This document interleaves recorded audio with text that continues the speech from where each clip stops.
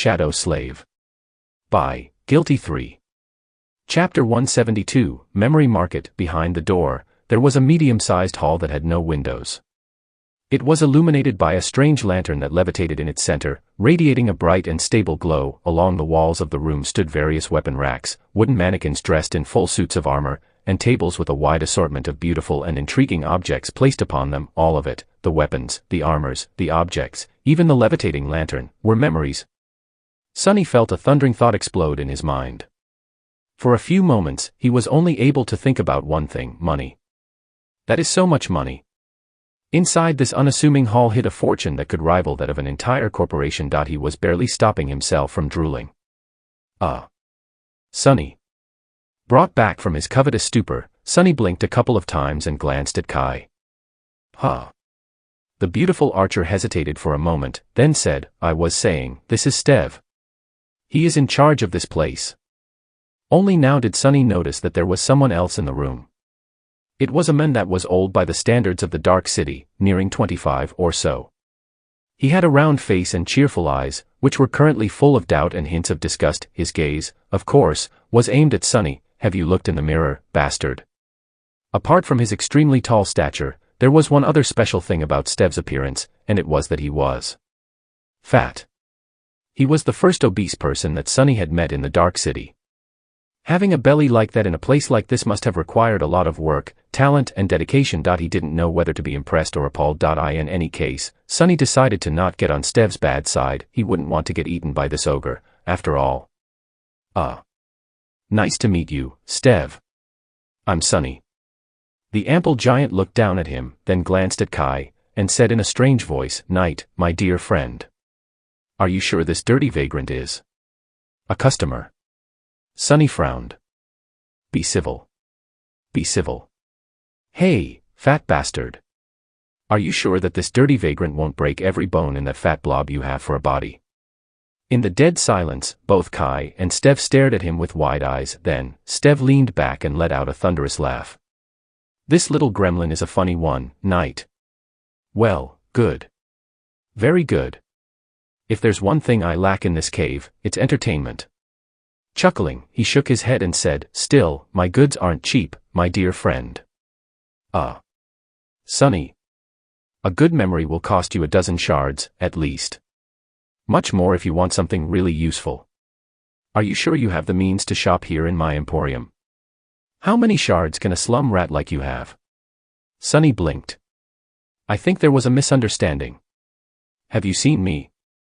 Do I look like someone who would ever be able to buy something from you? Of course not. I've never even absorbed a single soul shard. That should tell you how many of them I have." Kai gave him a strange look. Because of how confident Sonny had been while traversing the ruins, he must have assumed that his companion was sufficiently powerful. However, now he suddenly learned that Sonny had never absorbed any soul essence. With his ability to sense lies, the charming archer would know that it was the truth. Well, of course it was. He absorbed plenty of shadow fragments. Instead, Sonny gave away that misleading secret on purpose. He didn't want Knight to start questioning the amount of soul shards he was about to spend.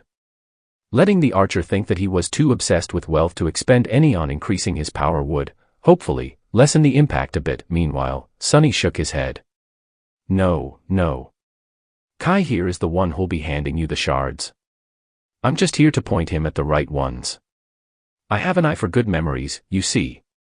By which he meant that his eyes were literally capable of peering into the very essence of memories and discerning their true traits. But neither of them needed to know that. Stev scratched the back of his head. Well. In that case, take a look around. Ask me any questions if something catches your eye." Then he glanced at Knight and scoffed. "You could have just asked me for advice, you know. It's not like I can lie to you." Kai smiled with embarrassment. "Oh. Yeah, sorry." When Stev walked away, he leaned to Sonny and whispered, "So the favor you wanted from me is to pretend to buy a memory and then give it to you, so that no one knew that you have a hidden ace?" Sonny stared at him. Actually, it was a good theory. Having a weapon or tool that no one knew about was a very good advantage. Unfortunately, Kai didn't really know who he was dealing with. Sonny shook his head. "No. I don't want you to buy a memory on my behalf. Then, with an earnest smile, he added, "I want you to buy around 10. Kai's beautiful green eyes widened, leaving the charming archer struck dumb and speechless. Sunny walked away and started perusing the various memories on display. There were a lot of them. By his estimations, at least 100, if not more. All sorts of weapons immediately attracted his attention. There were straight swords, curved swords, estocks and rapiers, scimitars and sabers. Various daggers and knives called to him, shining in the bright light on the enchanted lanterns. There were a dozen or so of polearms, from spears to glaives to halberds to naginatas. Several battle axes were displayed nearby. Further away, war hammers, maces, and flails radiated a silent feeling of crushing force.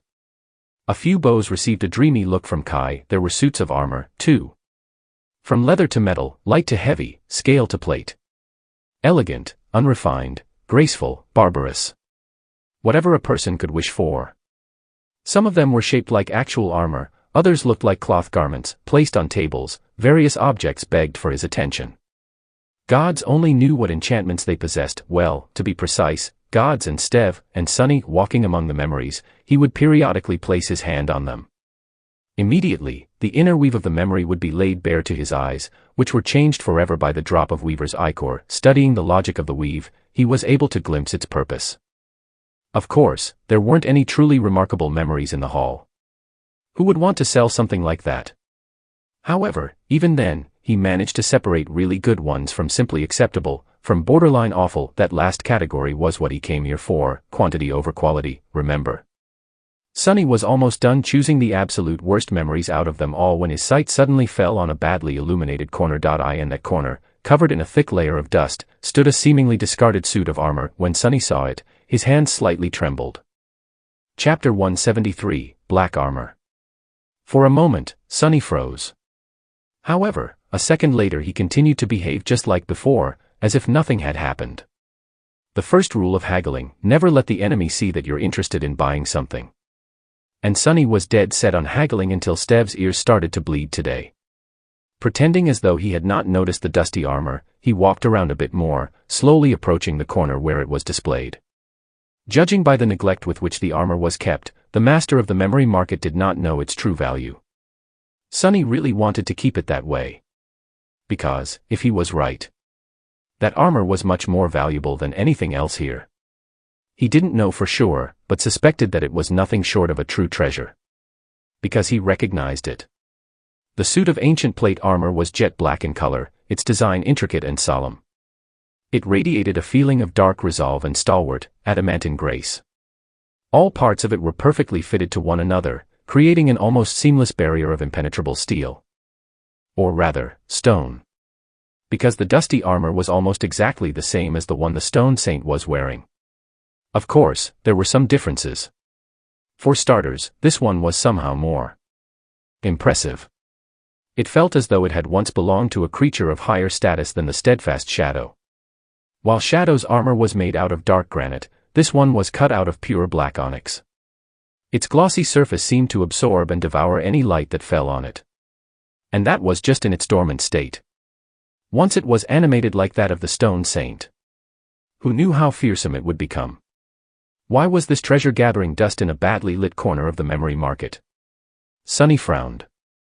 Yes, he was most likely the only person in the Dark City who had seen the formidable living statues up close. But still, everything about the onyx armor screamed of how incredible of a memory it was. What was it doing here, neglected and seemingly forgotten? He had a lot of questions. Finally, he managed to reach the armor without showing how interested in it he was.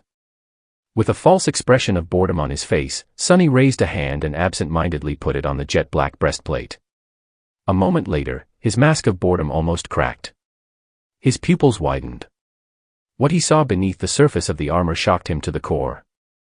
The weave of ethereal diamond strings inside it was on a completely another level from anything he had ever seen. It was much more complex and vast than even that of the puppeteer's shroud. Which was not surprising, considering that there were no less than 6 glowing embers connecting it all together. And those embers were much larger and brighter than those inside his current memories. Sunny gulped.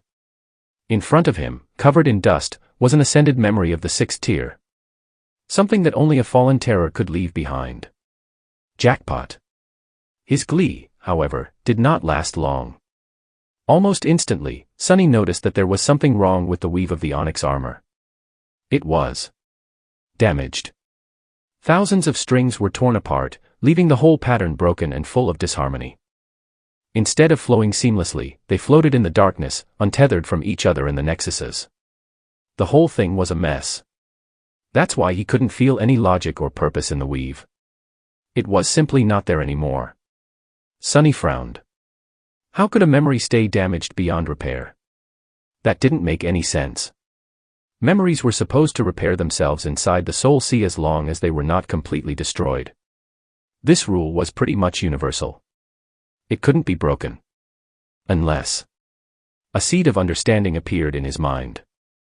However, before Sunny could elaborate on his idea, Stev chuckled and put a giant hand on his shoulder. What an awesome armor, right, my dear friend Sunny? Saying that, he leaned forward and laughed. Throughout Sunny's exploration of the memory market, Stev had approached him several times to describe the most alluring qualities of his wares or simply to chat. He was obviously bored out of his mind in this windowless hall. Sunny stared at him and blinked a couple of times. If you only knew what kind of a priceless treasure this is, fool. Of all the pieces of crap in this market of yours, this one is by far the most outrageous. I can hardly believe that you had the audacity to show it to people. By which he meant that it was genuinely the best memory in this whole room, if not in the whole castle, except for Gunlog's golden armor, of course. However, if it sounded as though he was blaming Stev for being shameless and trying to sell people an utter piece of crap. Well, he couldn't do anything about that, right? Stev sighed. Usually, I would get into an argument and try to defend my inventory, but I can't really disagree this time. This armor, no matter how awesome it looks, is indeed absolutely useless. It has been here from long before I was put in charge of the market, actually. I even consider it to be a sort of mascot. Sunny scratched the back of his head. How come no one ever bought it? He was pretty sure that he knew, but needed to hear what was Stev's explanation to glean how much the giant man understood. Stev shrugged. Why would anyone buy it? Have you not noticed that it's made of stone? Like, actual stone. It's so heavy that not even Tessai can move under all the weight. Maybe an awakened would be able to, but to us sleepers, wearing this armor is pretty much like trying to walk around dressed in a mountain. And that stone is not that hard to break, too. He looked at the onyx armor and sighed. Actually, this armor has quite a story. It once belonged to a member of the legendary cohort that conquered this castle. Some even say that it belonged to the First Lord himself. Supposedly, it had an enchantment that made it much lighter back then. He looked at the armor with doubt. But when they were fighting some ancient terror, maybe the Spire messenger who lived here, the armor was seriously damaged. Something went very wrong, the enchantment was broken, and it turned into a piece of stone. It's so damaged that even the spell can't make sense of it, simply describing it as unknown this. Sunny had to force himself to not hold his breath. The stone saint was, supposedly, created by one of the unknown. It made sense that the armaments of her kind were, too. Regardless, it didn't matter that much. He was now pretty sure that he knew why the onyx armor was remaining in its dormant form and couldn't repair itself. It had to do with the difference between the sleepers and the awakened. Once a sleeper finished his trial by walking through a gateway, they would take the final step to becoming a true awakened. Their way of entering the dream realm would change, their aspect would unlock a second ability, and their core would evolve to the next rank. There was a quantitative jump in power, but most of the difference came from the qualitative one. Chapter 174, Shopping Spree. Just like dreamers gained the ability to perceive and interact with soul cores, awakened were able to interact with soul essence. By channeling it inside their bodies, they were able to utilize it more efficiently and achieve greater results. The ability to channel soul essence was also vital to unlocking the full potential of higher rank memories. Besides the general rarity of such memories, there was another reason why legacy clans did not just equip their scions with weapons of tremendous power and let them sail to the gateway without meeting any resistance. It was because sleepers simply had no way to activate powerful enchantments. Even Gunlog was mostly using his transcendent armor just for its durability, with a single passive enchantment serving as a nice, but unimportant bonus. In the hand of an awakened with the ability to channel soul essence into it, the golden armor would have been far more formidable. Which is where the paradox that rendered the onyx armor unusable came into play. From his experience dealing with the Stone Saint, Sunny knew that her armor, just like the strange creature itself, had a very special spell weave. It was, in essence, a living armament. Unlike most memories that could function on their own, it was simply a piece of dead stone when the main enchantment wasn't active.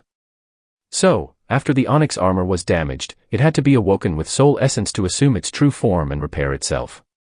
However, there was no human on the Forgotten Shore capable of channeling soul essence, and so it remained broken, which in turn made it useless to all the humans here. What a shame. That I'll be able to buy it for a measly sum of soul shards from these fools and feed it to my shadow, ha. Sunny didn't really care whether the armor was intact or not. All he cared about was that it had 6 ascended embers that his Stone Saint could devour. Maybe she'll even gain something extra because of her close affinity with the armor. After all, they came from the same source. For a moment, Sunny considered the idea that his shadow might refuse to destroy the memory for the same reason. But then discarded it. She was just a shadow, after all. His will was her will, right? Now all that remained was to make the purchase. Sunny scoffed. So it's, just a decoration. How tacky. Shaking his head, he threw one last glance at the onyx armor, forced himself to turn away, and continued to walk around the memory market. 10 minutes later, he walked over to Kai and silently handed him the rucksack. Then, he named the memories he wanted him to buy. The charming young men blinked a couple of times, then said, "Wait. You weren't joking. You really want to buy 10 memories?" Sunny frowned at him and hissed, "Keep your voice down. We need people to think that you are the one buying them, remember?" Kai hesitated, then massaged his temples. "Sunny, my friend. Don't take it the wrong way, but you do know how much memories cost, right?" Instead of answering, Sunny gestured to the rucksack. "Open it, you idiot." The archer sighed and opened the clasp of the rucksack. Then, he almost dropped it. Inside the crude backpack, dozens of soul shards were softly glowing in the dark. There were around 70 of them in there, at least. Kai's hands trembled. Raising his head, he stared at Sunny with wide eyes and whispered with horror, Sunny. Where did you get all these shards?" 70 shards was more than most of the people in the Dark City would see in their lifetime. The contents of the unassuming rucksack were enough to start a chain of bloody conflicts that could culminate in a small war. Sunny stared at him and shrugged. "What do you mean?" "They were just gathering dust in my bedroom. I would bring more, but the rest wouldn't fit in the rucksack." Kai looked as though he was on the verge of fainting. Then, he blushed in embarrassment. I bet he's remembering how he was bragging about being rich and tried to bribe me with a promise of 10 whole shards, which, in his words, was a small fortune. Ha!